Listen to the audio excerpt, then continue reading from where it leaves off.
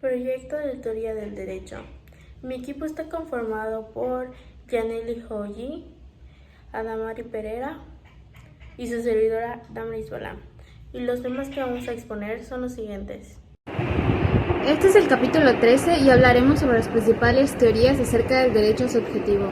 En primera instancia tenemos la tesis de Bernard Bichet, que nos habla que el poder subjetivo es el poder o señorío de la voluntad reconocido por el orden jurídico.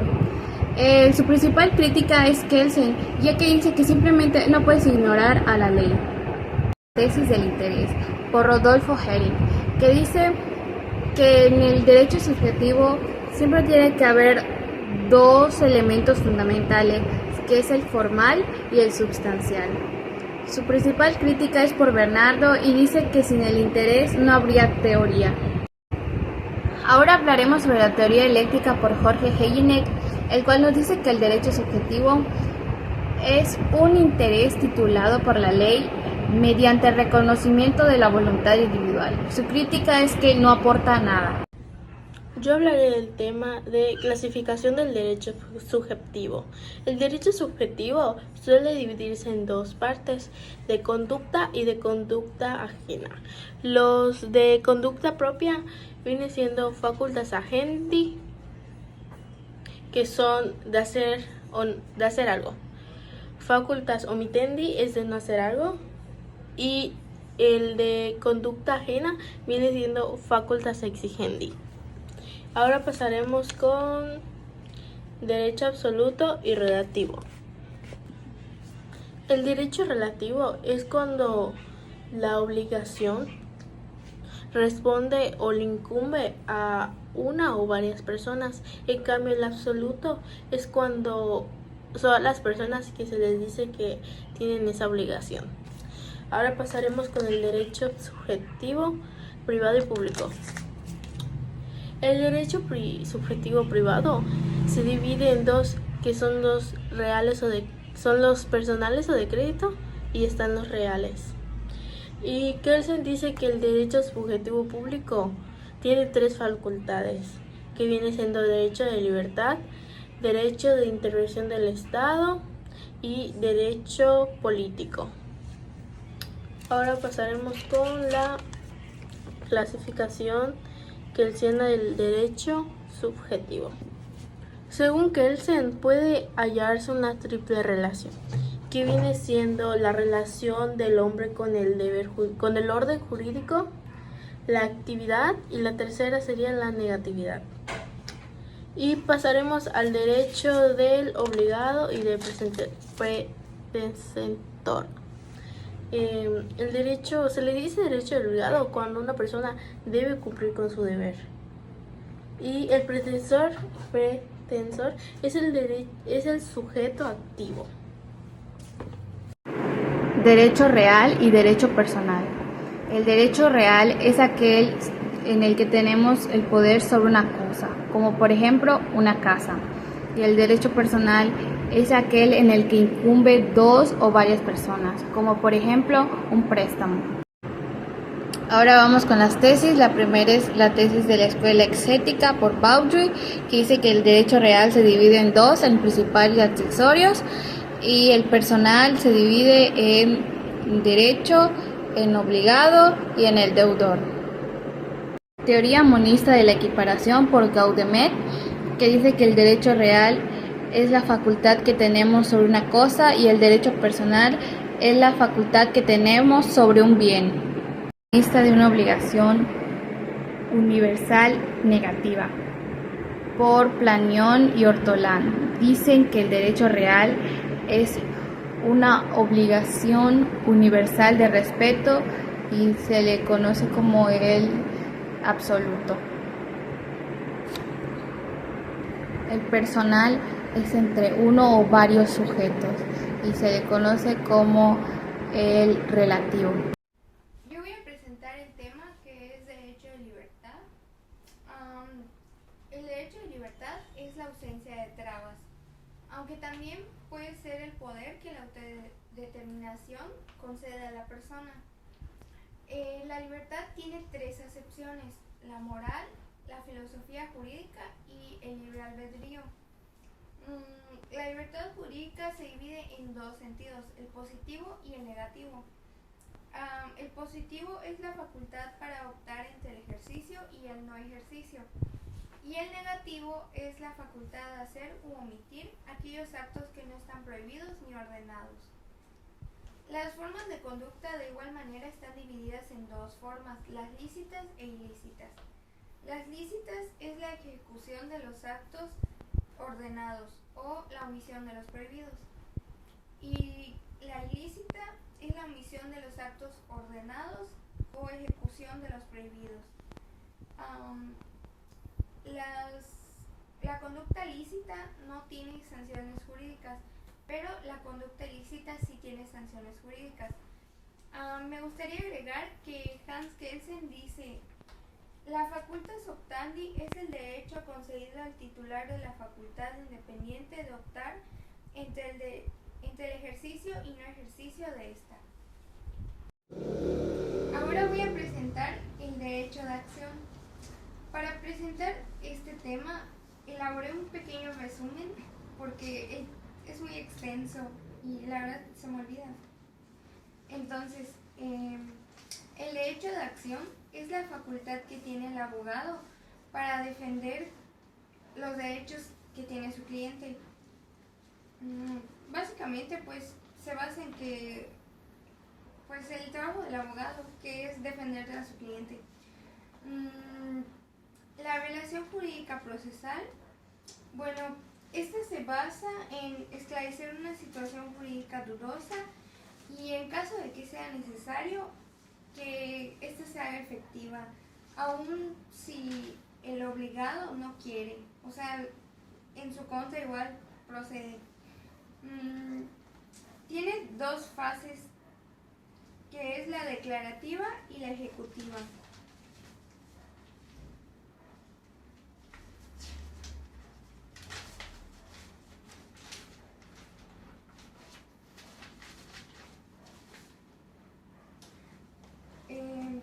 La fase declarativa se divide, tiene elementos y estos se dividen en demanda, defensa y sentencia. Las personas que intervienen en este proceso es el demandante, el demandado y el juez. Son 3 personas. Y ahora vamos con las teorías, que esto sí es extenso. La acción como derecho abstracto.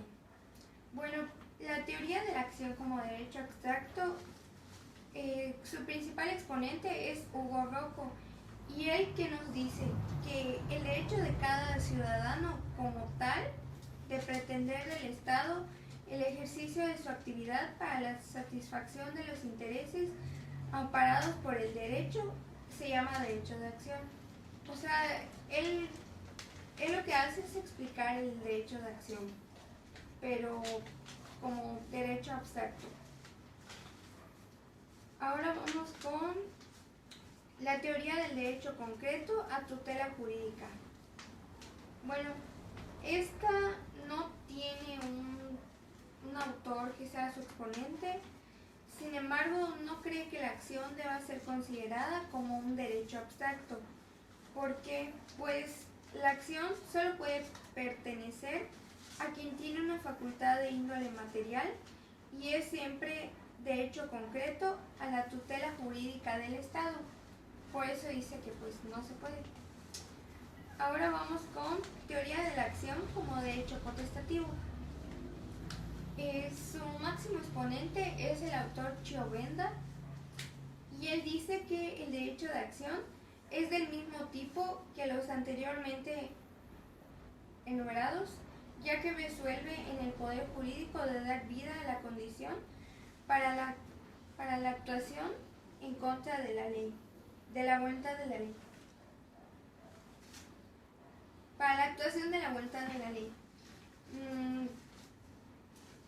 La relación jurídica procesal, el derecho de que se habla supone la existencia de la obligación correlativa.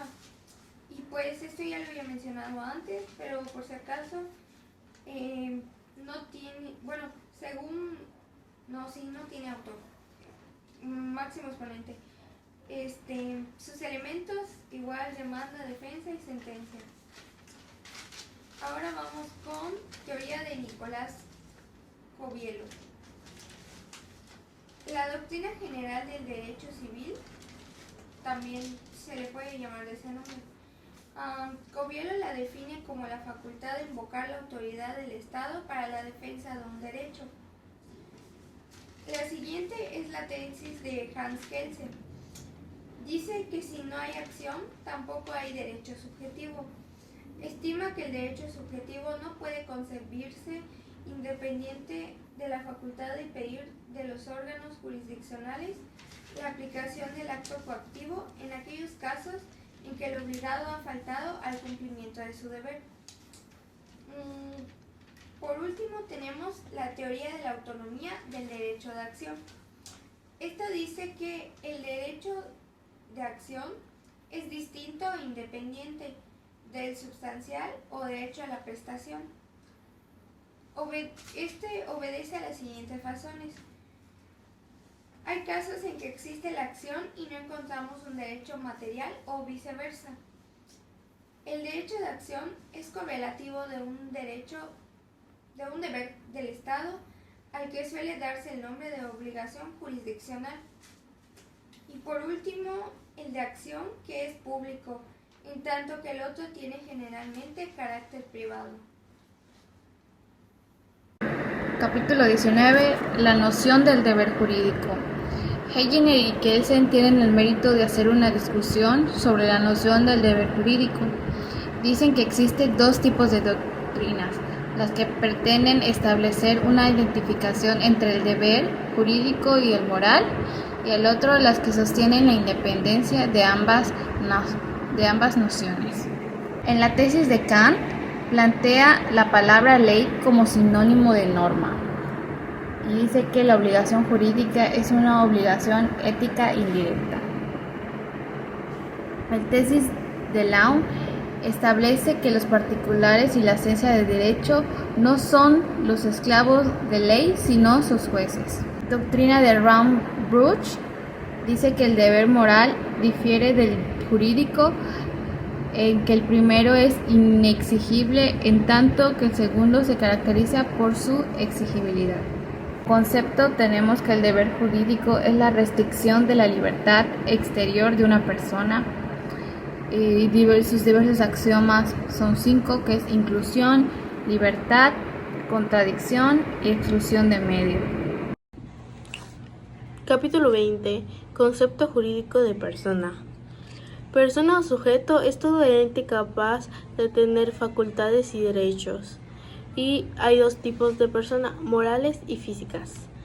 Y la palabra persona tiene varias acepciones, que son personae, personam gerere. Se le da nombre de persona física a los hombres cuando tienen derecho. Y ahora pasaremos con la teoría de ficción. Para Savangi, la persona moral son seres creados artificialmente, capaces de tener un patrimonio. Y persona es todo ente capaz de obligaciones y derechos, y ya que el derecho está hecho para, o solo pueden tener las personas que estén dotadas de voluntad.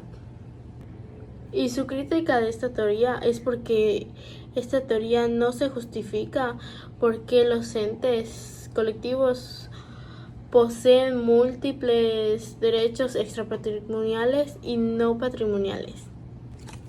Ahora pasaremos con la teoría de derechos sujeto.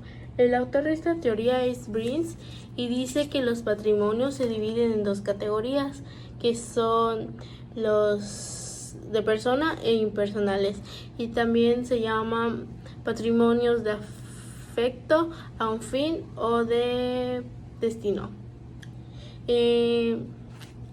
Nos dice esta teoría que los derechos pueden existir, pero no son de alguien, sino de algo. En este caso se refiere al patrimonio.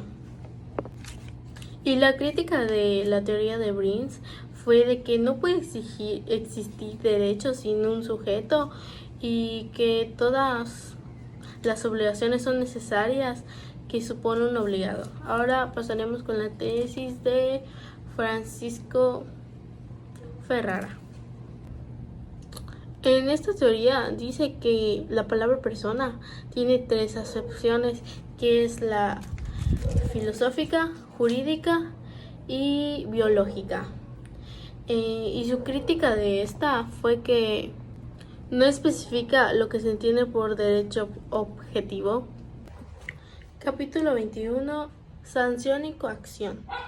La sanción viene siendo la consecuencia de un incumplimiento de un deber que conduce a la relación jurídica del obligado. Se confunde mucho la sanción con la coacción. No es lo mismo porque la coacción es la aplicación de la sanción de forma obligada. Las sanciones se dividen en 2, que son las de conciencia y no conciencia. En la clasificación de las sanciones de conciencia está el cumplimiento forzoso, que su función de esta es cuando se obliga a cumplir la norma infringida. Y los de no conciencia está la indemnización, que es la reparación del daño con dinero, y también está la de castigo. El castigo es la tercera sanción y su finalidad es inmediata, es aflictiva. Esto quiere decir que no persigue el cumplimiento del deber jurídico primario ni la obtención de prestaciones equivalentes. Estas fueron las sanciones simples, pero hay sanciones mixtas o las complejas, que viene siendo incumplimiento más indemnización, cumplimiento más castigo o indemnización más castigo, o la que es cumplimiento, indemnización y castigo. Estas son las complejas. Y hay otra que es la pena. La pena es como una característica del castigo. Esto quiere decir que es el sufrimiento impuesto por el Estado en ejecución de una sentencia, o sea, al culpable de una infracción penal. O sea, la pena es como una consecuencia jurídica de las comisiones de un hecho delictivo.